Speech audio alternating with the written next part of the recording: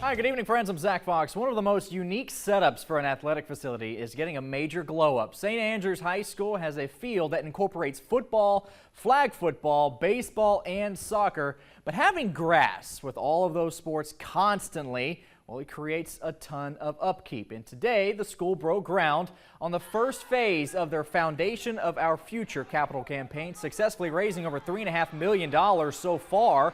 This will completely renovate the field, new lights and facilities, including the implementation of turf. I think it was important for the school in a number of ways with the weather here and rain and drainage and the way that water flows on this area back here on the island.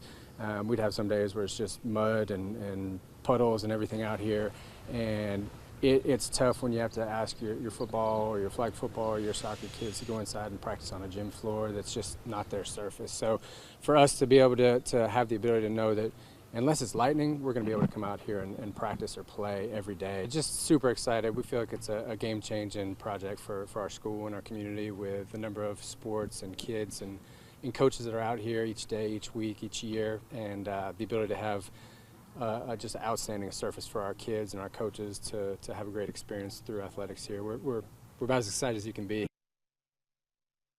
That's starting today, and hope to have the project completed at some point in October of this year.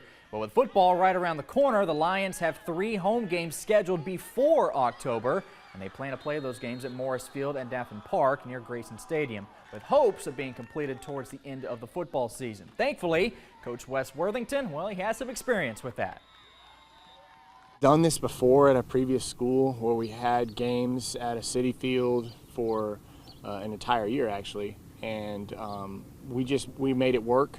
But like I said, hopefully I had the problem of switching plans from a city field to our field here. I had a lot of seniors, senior football players. They're like, are we gonna have to play all of our games on the road? I said, no, we've got some alternative plans for that. But I really hope that we can get this field done so that they can play a couple of their home games for their senior year.